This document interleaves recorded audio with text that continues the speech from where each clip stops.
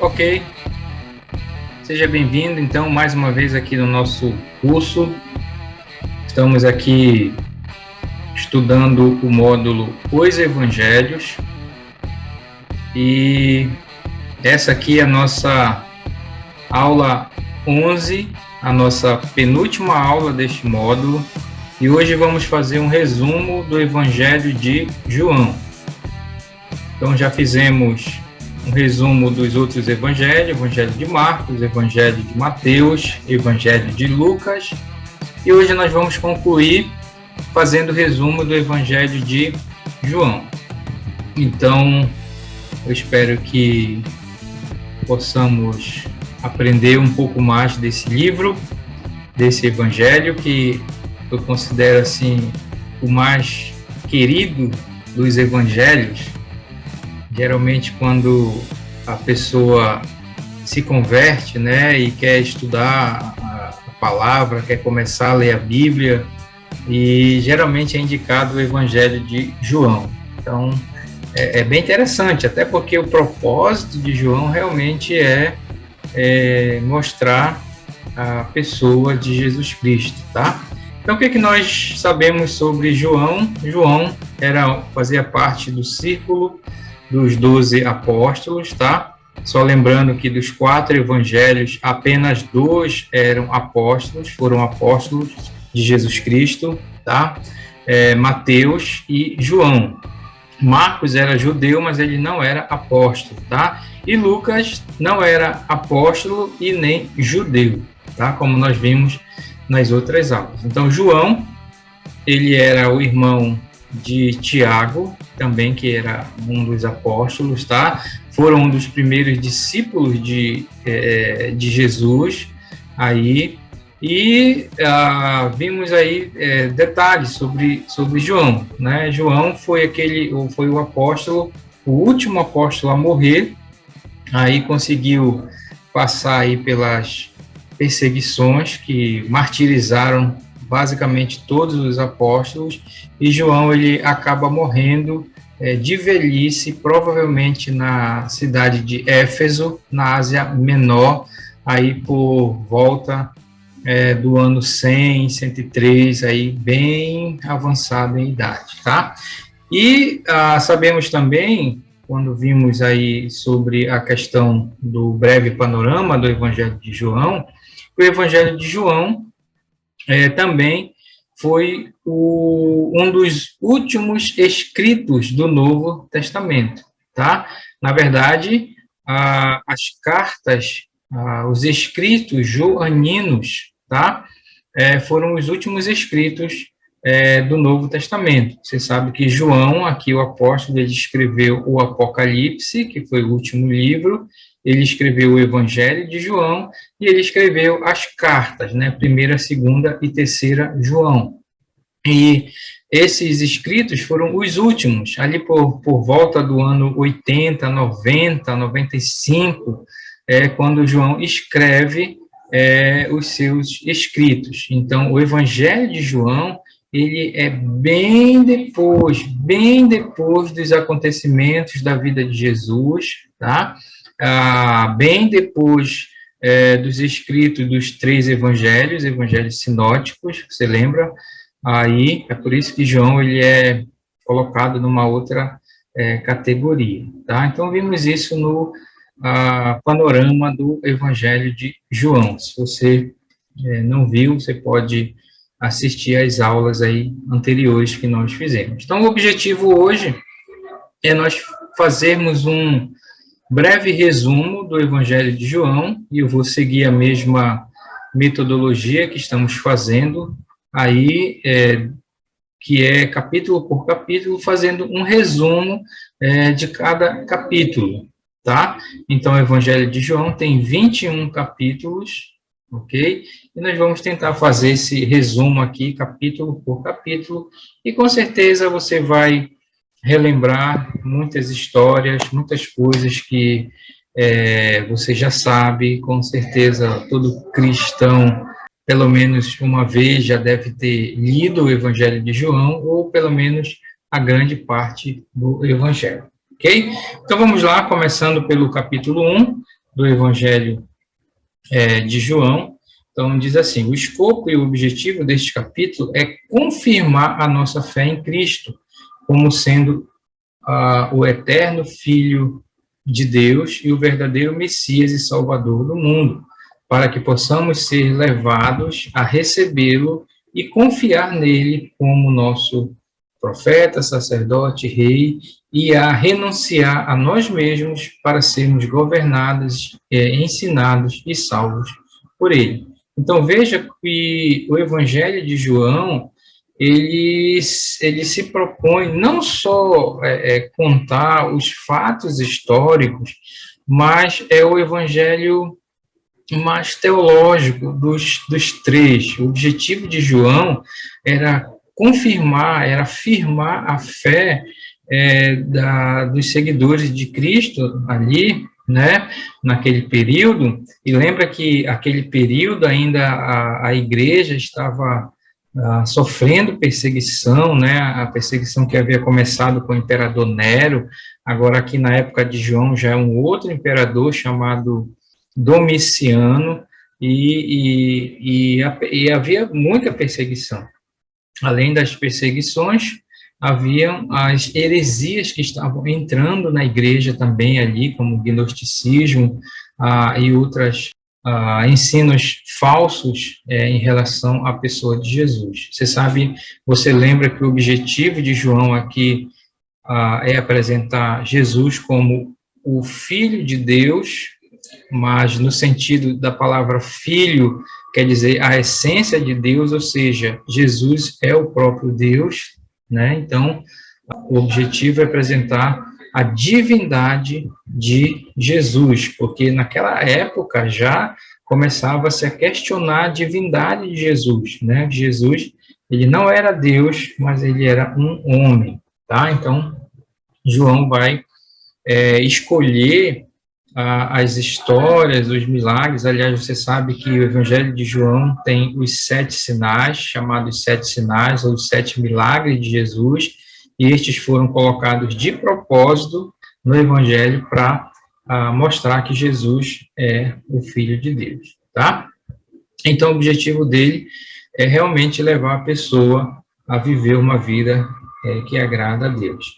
Para conseguir isso, temos aqui, então, o que nós temos no Evangelho, no capítulo 1 de João? Temos o relato a respeito de Jesus, apresentado pelo próprio escritor, estabelecendo no início que ele desejava que todo o seu livro fosse uma prova, tá? Então, nós encontramos isso no capítulo 1.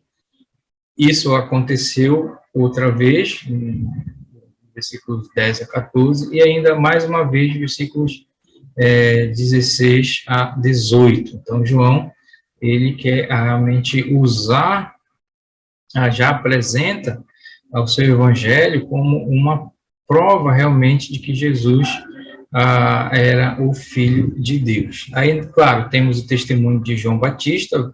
Lembra que João, ele começa com o testemunho de João Batista. Ele não vai tão fundo como Lucas e Mateus, que pega ali desde o seu nascimento, né? Mas já começa com o ministério de João Batista, ou seja, Jesus já está aí com seus 30 anos de idade. Testemunho de João Batista a respeito dele, mas da maneira mais completa e particular. E temos também a sua própria apresentação aí aos primeiros discípulos, no caso, os 2 irmãos lá, André e Pedro, e os 2 irmãos, Filipe e Natanael. Então, isso que nós encontramos aí no capítulo 1, tá? Capítulo 2. No capítulo 2, então, no final do capítulo anterior, nós lemos sobre os primeiros discípulos que Jesus chamou, tá? André e Pedro, Filipe e Natanael. E estas eram as primícias para Deus e para o Cordeiro. Fala em Apocalipse 14, 4, falando dos discípulos, né, os primeiros, né? Então, vamos lá, o que é que temos nesse capítulo? Temos a narrativa do primeiro milagre que Jesus realizou, que é a famosa transformação da água em vinho em Caná da Galileia. ali no casamento lá em Caná, né? Esse foi o primeiro milagre que mostrou realmente quem ele era. A sua aparição em Cafarnaum, que era outra cidade lá na Galileia. Temos também o relato da primeira Páscoa, que ele passou em Jerusalém, depois de iniciar o seu ministério público, claro, né? A ocasião em que ele expulsou os que compravam e vendiam no templo. Lembra que essa é a primeira purificação do templo, quando ele chega, né? Ele fez isso quando ele iniciou o seu ministério, e ele faz isso também quando ele termina o seu ministério, né? Depois da entrada triunfal, ele faz a purificação do templo novamente. Então, são 2 vezes, essa aqui é o primeiro.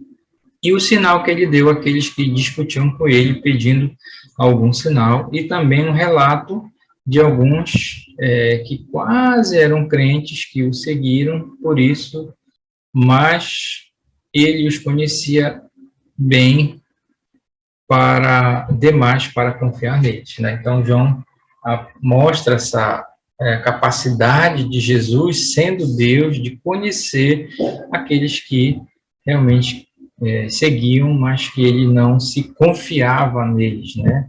Quer dizer, ele sabia muito bem quem era.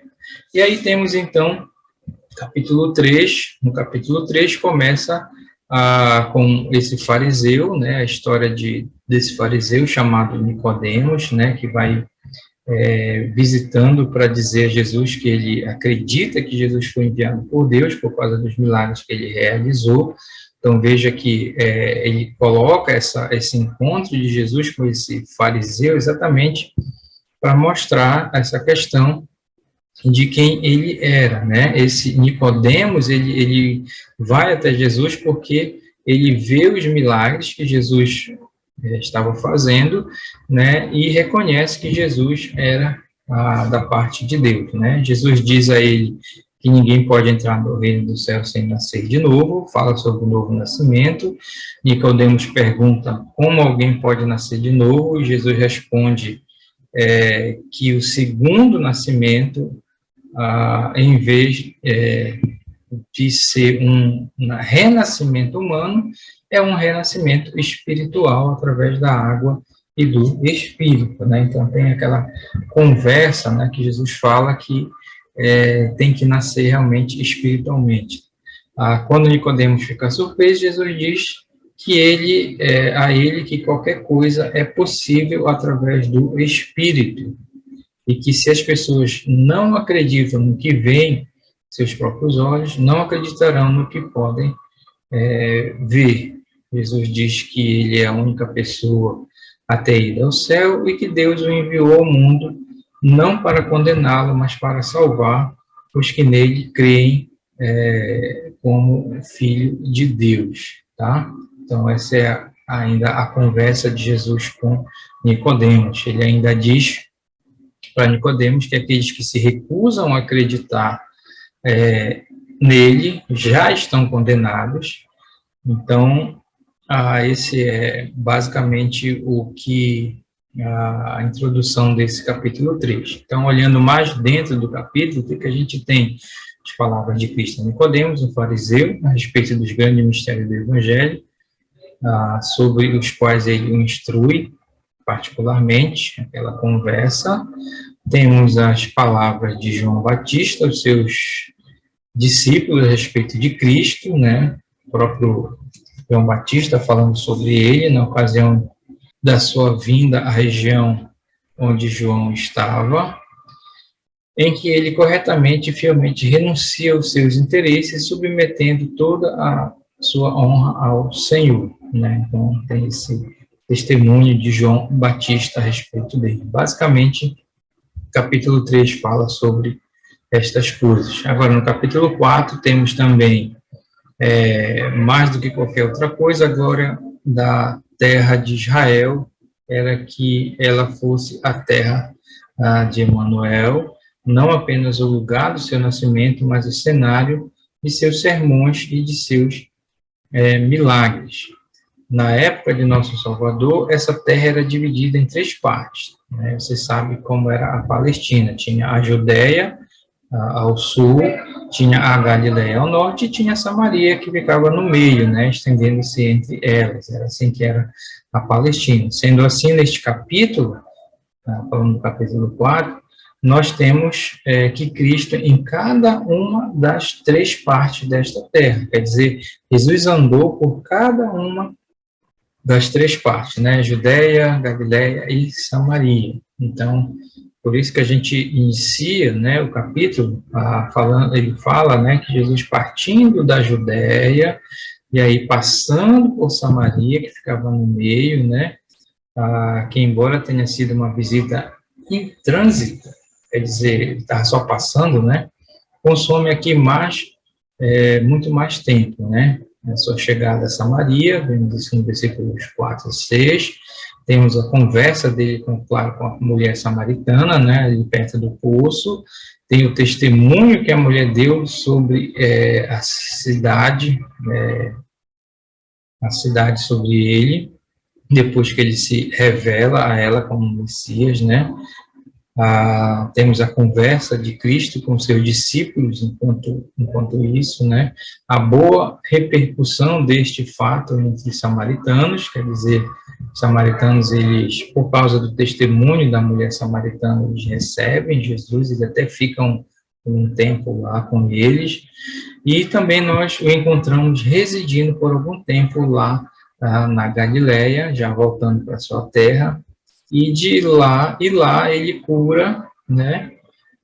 Temos lá a cura realizada por ele do filho daquele nobre, daquele oficial que estava às portas da morte, que seria o segundo milagre que ele faz na Galileia, quando ele volta para a Galileia, tá? Capítulo 5, no capítulo 5, o que nós temos? No Evangelho nós temos um registro fiel de tudo que Jesus começou, não só a fazer, mas a ensinar também, como fala lá em Atos, tá? Essas duas coisas estão interligadas, quer dizer, o fato dele não só fazia as coisas, mas ensinava também, essas coisas estão interligadas, porque ele ensinava e explicava o que ele fazia, e o que ele fazia confirmava o que ele ensinava. Então, é por isso que o povo se admirava da sua doutrina, porque ele não só ensinava, mas ele fazia. Era diferente dos fariseus, que só ensinavam, mas não faziam. Consequentemente, nós temos neste capítulo um milagre e um sermão, lá no capítulo 5. Então, o que foi o milagre? O milagre foi a cura e as circunstâncias desta vida na vida de um homem ali paralítico, que havia doente 38 anos, tá? Que é a famosa cura lá no tanque de Betesda, daquele paralítico ali por 38 anos, tá? Aquela cura realmente foi um milagre. Temos também o sermão, constituiu na justificativa de Cristo diante do Sinédrio, o Sinédrio era ali aquele tribunal dos judeus, né, ali dos religiosos da época, né, quando foi processado como um criminoso por curar o homem no dia de sábado. Curou no dia de sábado e lá o tribunal vai lá em cima dele, né, e aí ele afirma, então, a sua autoridade como Messias e mediador entre Deus e os homens, para eles, lá do Sinédrio. Ele prova isso através do testemunho de seu pai e de João Batista, e de seus milagres, e das escrituras do Antigo Testamento. Não só isso, mas ele também condena os judeus por sua descrença. Então, esse sermão que ele prega ali perante o Sinédrio. Então, no capítulo 5, basicamente, temos essa cura desse homem e a justificativa dele perante o Sinédrio. Capítulo 6. Neste capítulo 6, nós temos o quê? Temos o famoso milagre dos pães, né, a multiplicação dos pães. Temos também Cristo andando sobre as águas ali. Temos a multidão depois indo atrás dele até Cafarnaum. Você lembra que depois na multiplicação ele saiu e a multidão foi atrás, né? Até Cafarnaum. Tem a conversa com eles, ocasionada pelo milagre dos pães, na qual ele os reprova por procurarem alimento carnal e os orienta em direção ao alimento espiritual, mostrando-lhes como deveriam trabalhar pelo alimento espiritual e o que é este alimento espiritual. Então você lembra, né, que ele reprova aquelas pessoas que estavam seguindo a ele simplesmente porque haviam comido o pão e se fartado. Então ele falou: vocês não devem buscar a satisfação nas coisas materiais e sim nas coisas espirituais, né? E aí ele fala que ele era o pão da vida e tudo mais. Também no capítulo 6 nós temos o descontentamento do povo com o que ele dizia, e a repreensão que ele lhes deu por causa disso. Você lembra que Jesus falou bem duro com ele, né? E muitos não aguentaram aquele discurso e abandonaram, né? Como fala aqui, a apostasia de muitos abandonando, né? E as suas palavras, os discípulos que permaneceram com ele naquela ocasião. Então, você lembra, né? E depois daquele discurso duro que ele falou, muitos abandonaram, e ele perguntou para os discípulos: vocês também querem me abandonar? Pode ir, não tem problema, né? E aí os discípulos, então, falam que ele é que tem as palavras desta vida, né? Bem duro esse capítulo 6. Tem a multiplicação dos pães, mas tem esse discurso por causa disso, né? Então, aquele milagre acabou causando tudo isso. Bem, no capítulo 7, o que tem no capítulo 7? Temos a recusa de Cristo de aparecer publicamente na Judéia durante algum tempo. Veja que ele havia já esse plano de prender e tudo mais, e ficou lá não aparecendo publicamente, né, ali na Judéia e tudo mais, os fariseus. O desejo dele de subir a Jerusalém, a festa dos tabernáculos, e o seu sermão aos seus parentes na Galiléia a respeito da sua ida à festa. Temos também a sua pregação pública no templo por ocasião da festa. Ele acaba indo, né? Está lá no meio da festa. Nós temos o seu sermão aos judeus a respeito da sua doutrina e a respeito do crime de infringir o sábado, de que ele era acusado, né? Então, estavam ainda acusando ele daquilo, né? Ainda a respeito de si mesmo, de onde ele vinha, para onde ele ia, tudo isso ele está falando no templo.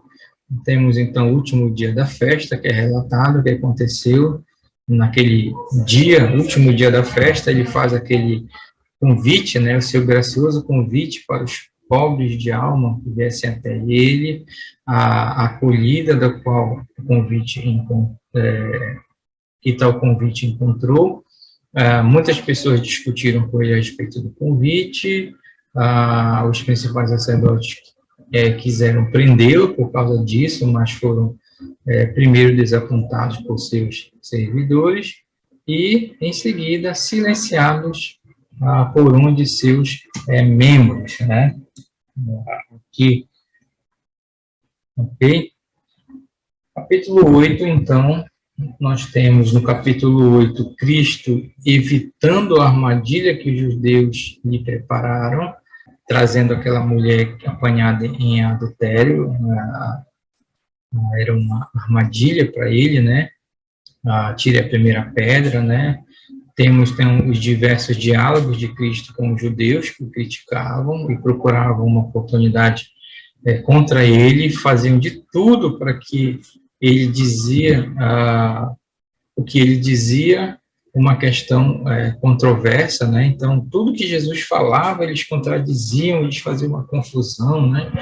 Por exemplo, sobre ele ser a luz do mundo, sobre ele, quando ele falou sobre a destruição dos judeus incrédulos, sobre liberdade e escravidão, a respeito do pai, do seu pai e o pai deles, aqui está seu sermão em resposta às críticas e blasfêmias deles, e a respeito da imortalidade dos crentes. Em todos estes diálogos, ele suportou a contradição dos pecadores contra si mesmo, né? Então, aqui tem esse debate, né, entre Jesus e esses fariseus, né, que não prestavam atenção na mensagem, mas só estavam querendo criticá-lo e condená-lo, tá? E a paciência de Jesus em responder as perguntas e tudo mais. Bem, capítulo 9, então, depois que Cristo deixou o templo, no final do capítulo anterior, e antes que acontecesse o que está registrado neste capítulo, o que foi que ele fez? Ele tinha estado no campo durante algum tempo, aproximadamente 2 ou 3 meses, isso aqui a gente pode ver na harmonia dos evangelhos. Neste intervalo de tempo, então, esse doutor aqui e outros que concordam com ele, são estudiosos, inclui todas as passagens que ocorreram entre Lucas 10 e 13, enfim.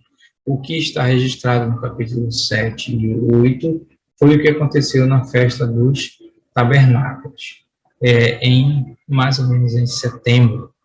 O que está registrado neste capítulo, capítulo 9, e no seguinte, aconteceu na festa da dedicação em dezembro, capítulo 10 a 22.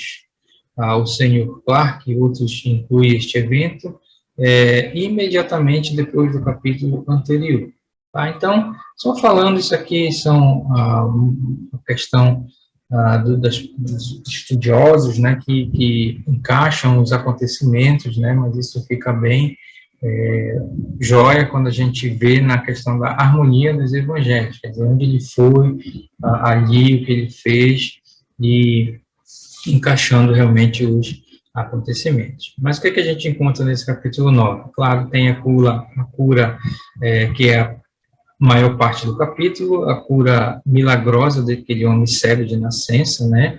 As conversas que foram motivadas a ela, conversa dos vizinhos, entre si, com o homem, entre os fariseus e o homem, entre Cristo e o pobre homem, depois que ele é curado, entre Cristo e os fariseus, e até o final do capítulo. Então, basicamente, nós encontramos a história do cego de nascença no capítulo 9. Tá? Capítulo 10, então, Jesus começa dizendo aos seus seguidores que um rebanho de ovelhas só o seguirá o seu verdadeiro pastor, é aquele que legitimamente entrou na redonda através do portão, e aquele cuja voz o reconhece. Então, esse é o famoso capítulo do bom pastor, né, que ele começa falando que ele é o bom pastor e as ovelhas ouvem, seguem a sua voz, tá? Falando a questão contra os judeus que não eram uma das suas ovelhas, eles não entendiam o significado da sua história. Jesus explica que ele é o pastor que eles deveriam seguir, e ele os reconhece e os protegerá, assim como um bom pastor protege o seu rebanho. Ele diz que os conhece, assim como Deus conhece, que ele dará vida por eles. Jesus continua dizendo que ele liderará todos os homens e que ele morrerá por todos os homens, e que, embora ele venha morrer em obediência à vontade de Deus, seu Pai, ele o faz na sua própria vontade. Então, você lembra que todos os evangelistas, os 4, colocam dentro da sua visão, do seu propósito, essa questão que Jesus sempre falou do que ia acontecer com ele, né, que ele estava caminhando ali para a morte, né? João, aqui ele coloca dessa maneira, né, da questão desse bom pastor, que ele vai dar a vida pelas suas ovelhas, né, coloca de uma maneira bem menos dramática como os outros, né, o fato. Neste capítulo, então, o que é que nós temos? Temos o discurso de Cristo na forma de parábola, a respeito de si mesmo como a porta do curral das ovelhas, o pastor de ovelhas, claro. Temos também os variados sentimentos das pessoas em relação a essas palavras, né, a reação que as pessoas tiveram ao ouvir sobre o bom pastor, né, a discussão que ele teve com os judeus, né, no templo, né, a festa da dedicação é outra festa, a sua partida para o campo em seguida, tá? Chegamos, então, no capítulo 11. Então, no capítulo 11, nós temos a história daquele famoso milagre, né, que ele conhecemos a respeito antes da sua morte, que é realmente a ressurreição de Lázaro, tá? O último milagre que João coloca no seu livro, né, que é registrado somente por este evangelista, tá? Nenhum dos 13 evangelistas falam sobre esse milagre, sobre a ressurreição de Lázaro. Cada um daqueles 7 milagres que João coloca mostrando que ele era Deus, porque só Deus podia transformar água em vinho, curar o filho do oficial, curar aquele homem paralítico por 32 anos, multiplicar os pães e os peixes, andar sobre o mar, curar aquele cego de nascença e termina que o clímax é a questão de ressuscitar um morto. Só Deus podia fazer isso, né?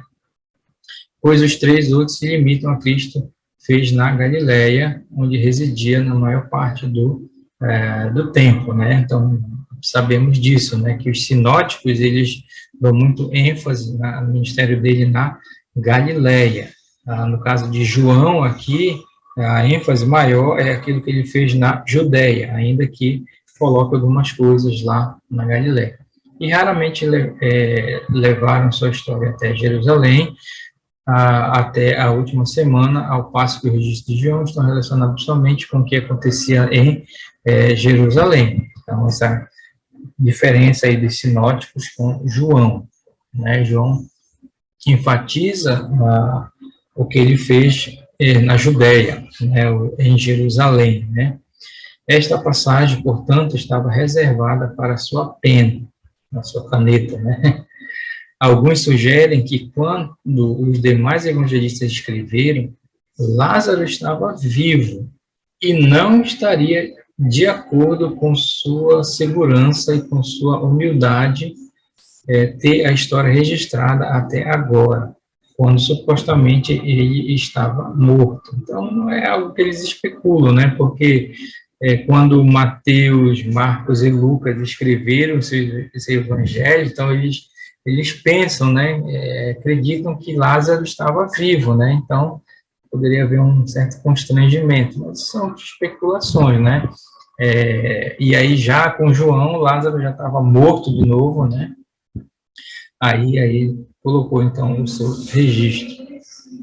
Ele está registrado com mais detalhes em qualquer outro dos milagres de Cristo, né, tem muito detalhe lá, não somente porque há muitas circunstâncias deste milagre que são muito instrutivas, e o milagre é uma prova grandiosa da missão de Cristo, mas porque era uma antecipação daquilo que seria a maior prova de todas, que era a própria ressurreição dele, né?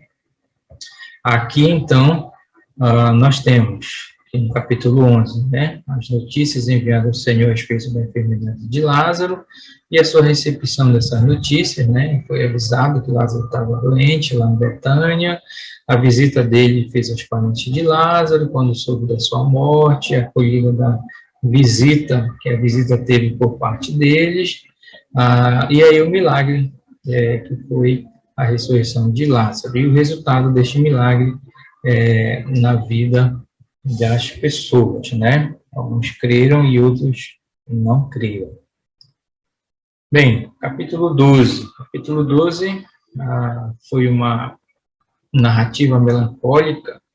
Aqui nós temos no final do capítulo anterior, falando do capítulo 11, da questão do Lázaro, da desonra feita ao Senhor Jesus, quando os escribas declararam traidor de sua igreja, colocando sobre ele todas as marcas da ignomínia que puderam, mas a história deste capítulo 12, né, contrabalança aquele relato, dando-nos a narrativa da honra feita ao Redentor, apesar de toda aquela desonra que lhe havia tinha sido lançada sobre ele no capítulo 11.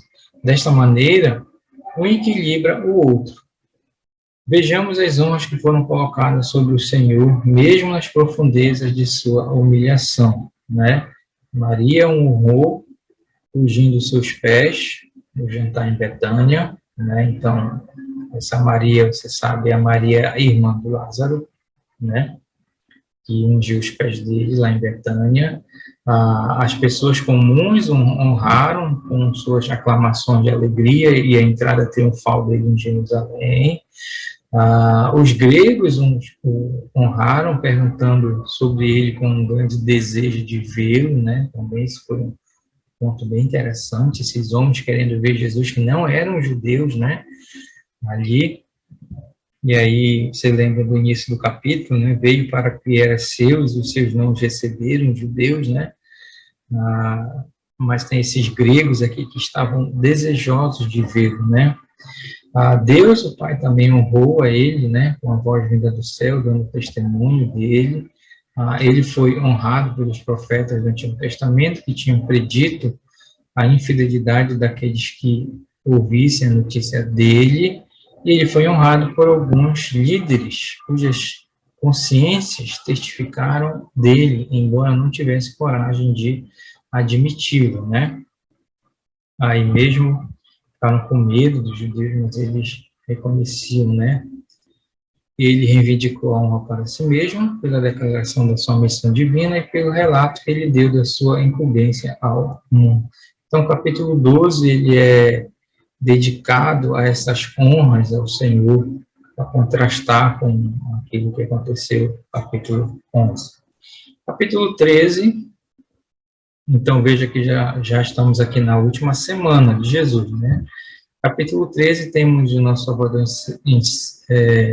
encerrado seus sermões em público, nos quais ele sofreu as contradições dos pecadores. Ele agora se dedica a uma conversa particular com seus amigos, no qual delineia o consolo dos santos. Daqui por diante, nós temos um relato do que ocorreu entre ele e os seus discípulos, que estavam incumbidos de cuidar dos afazeres da sua casa enquanto ele ia para um local distante. Ele fornece a eles as instruções, a assistência necessária.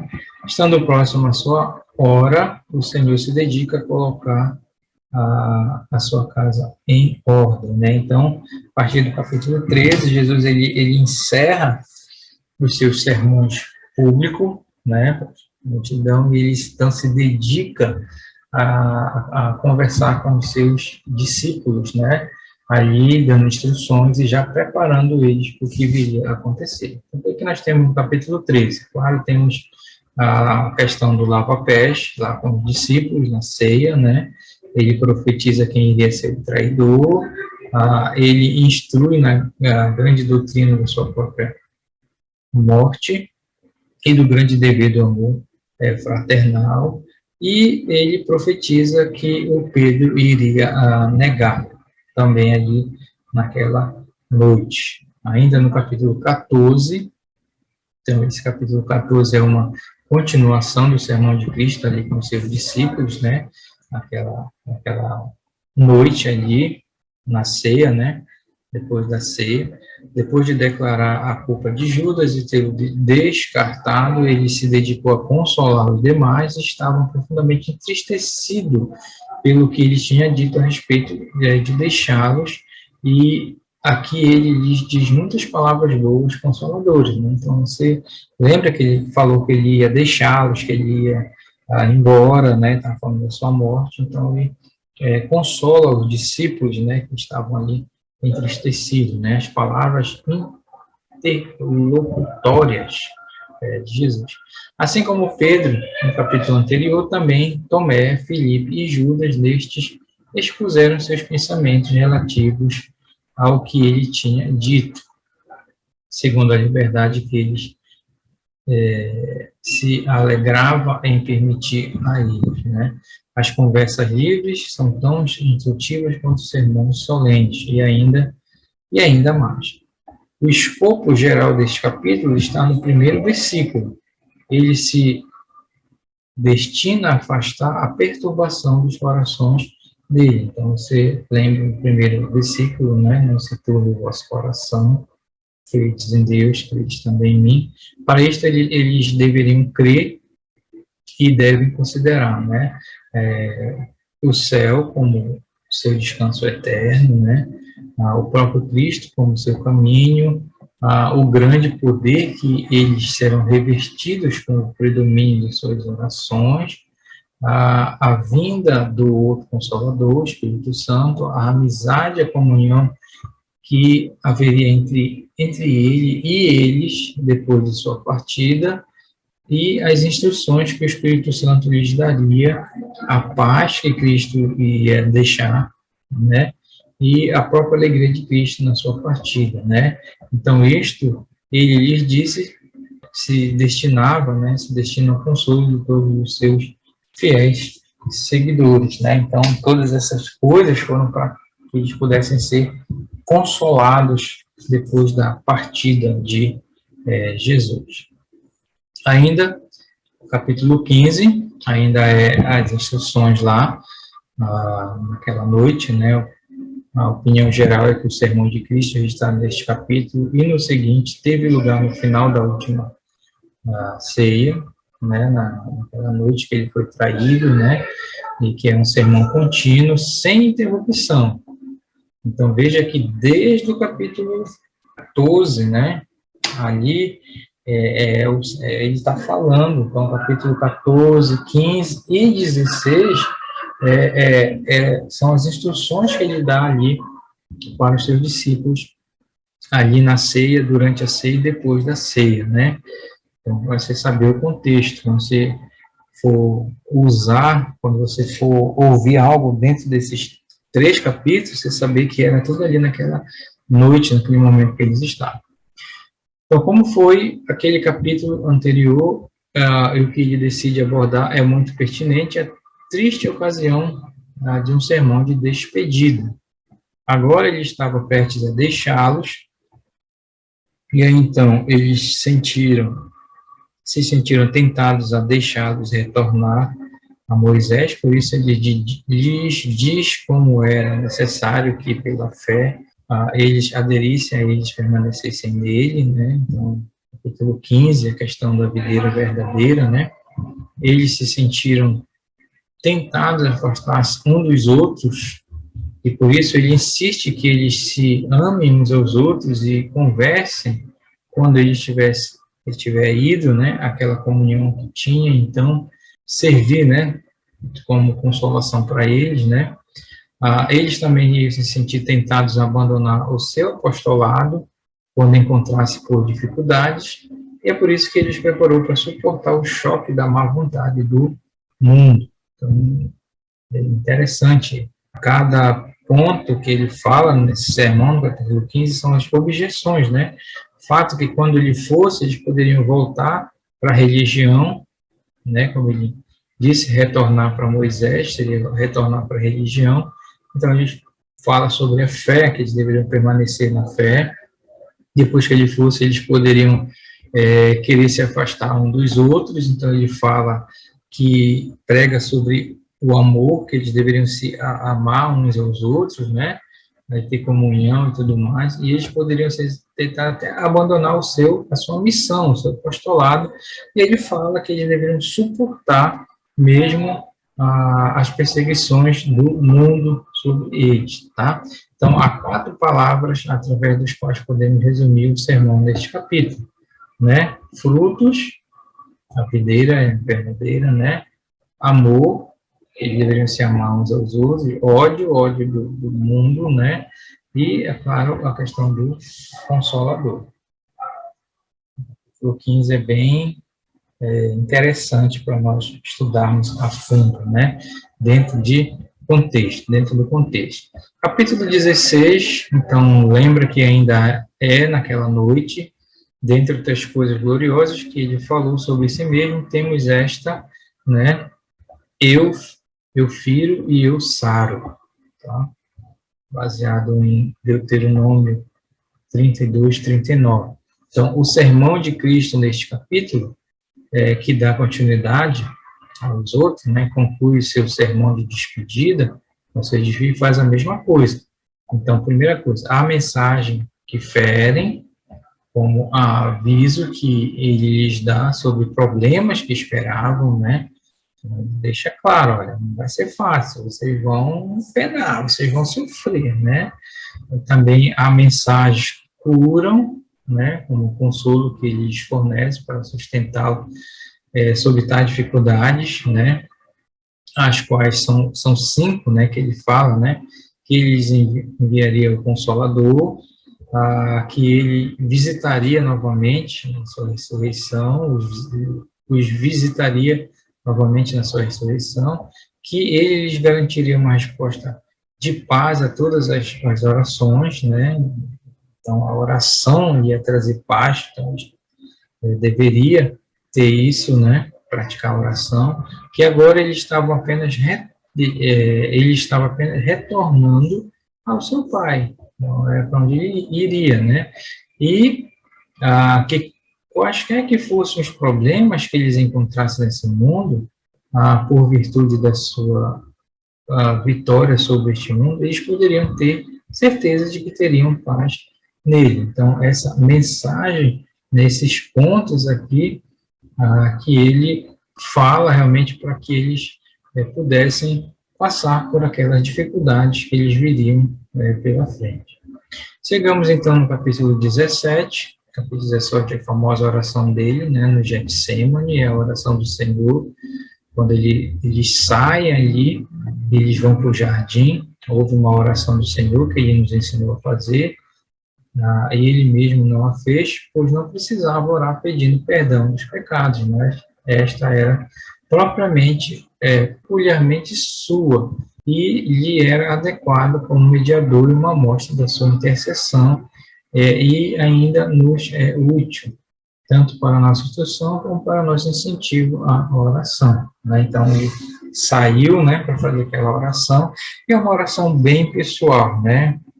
Mesmo que ele tenha ensinado o Pai Nosso, mas nesse momento ele fez aquela oração pessoal, né, que a gente pode aprender também ali. Então, observe, né, primeiro as circunstâncias da oração, a oração propriamente dita, ele ora por si mesmo, ele ora por aqueles que são seus, né, as alegações gerais dos quais ele apresenta suas petições aos discípulos, as petições particulares que ele apresenta por eles, né, que eles possam ser preservados, que eles possam ser santificados, que eles possam ser unidos e que eles possam ser glorificados. Basicamente é isso que ele ora ali, né?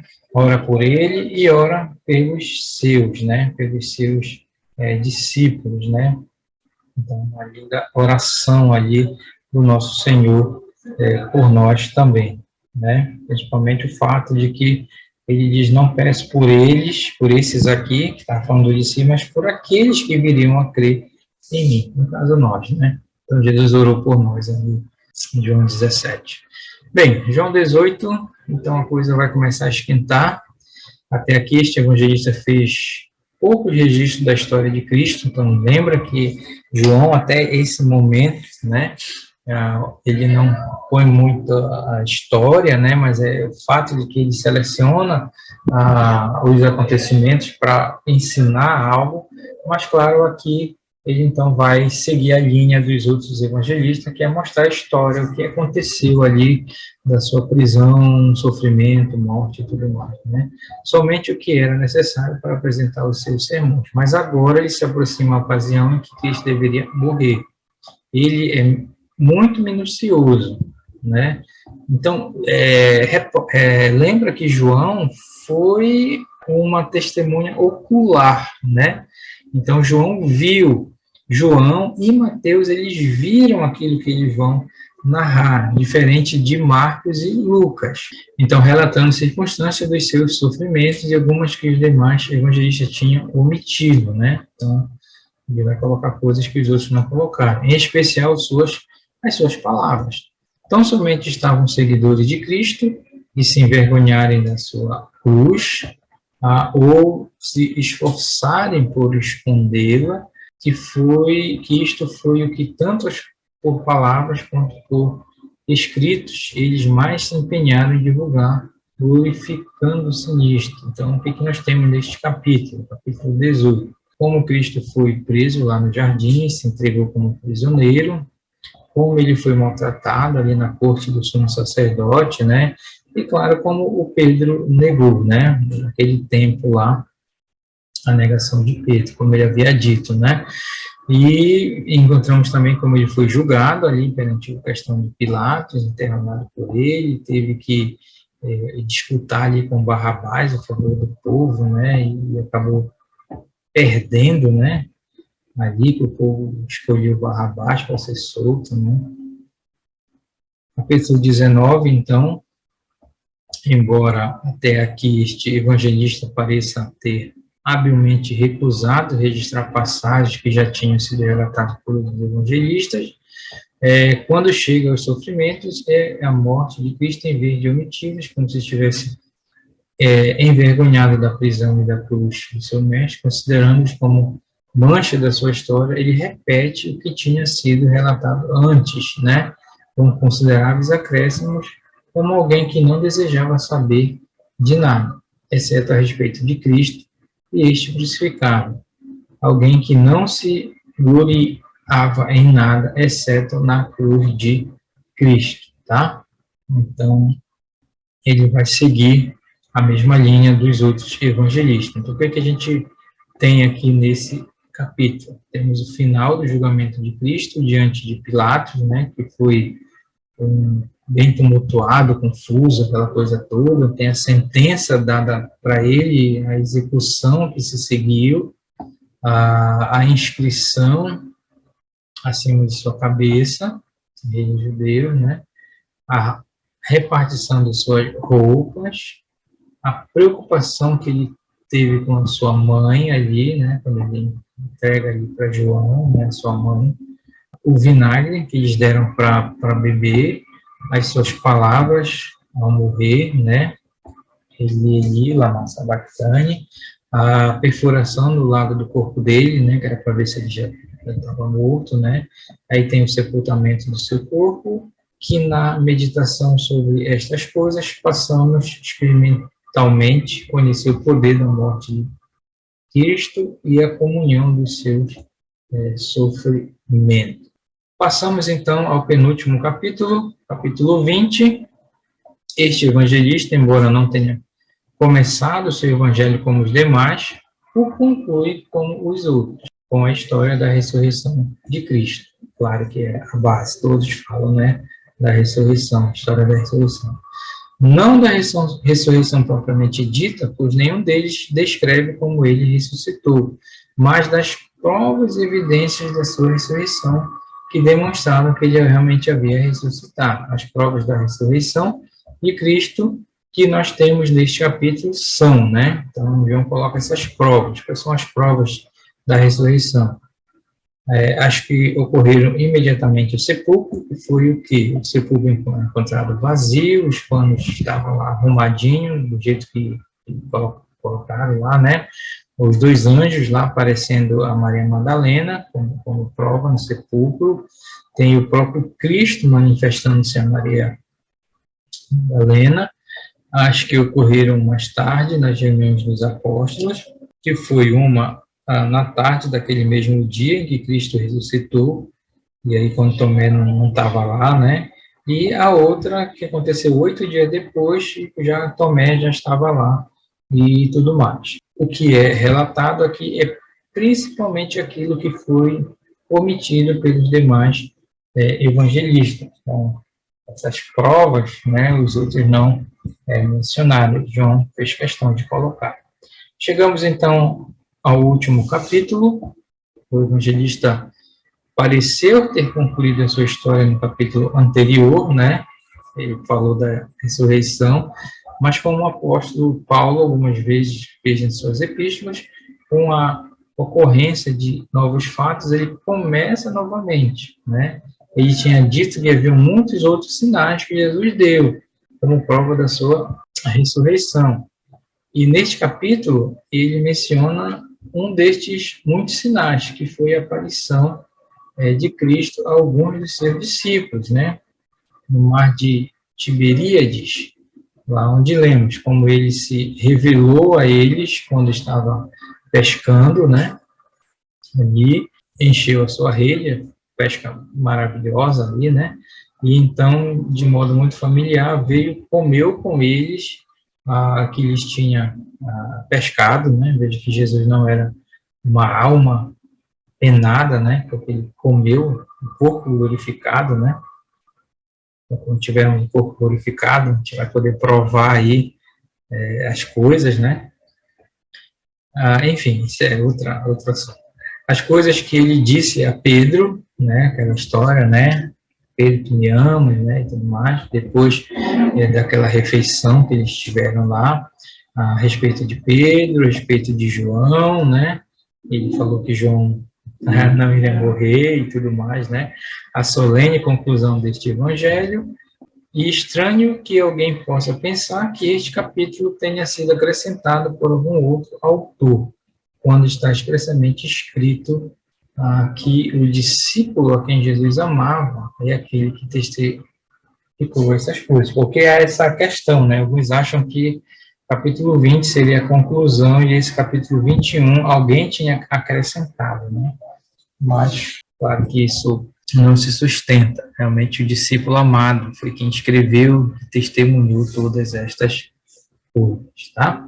Então, esse foi o nosso breve resumo, capítulo por capítulo, do Evangelho de João. Não esqueça que o objetivo de João com o seu Evangelho, primeiro, é apresentar Jesus para todas as pessoas e apresentá-lo como o Filho de Deus, como divino, como Senhor Deus de todas as coisas, tá? Então, imagine que na época da escrita, a igreja estava passando por uma grande perseguição.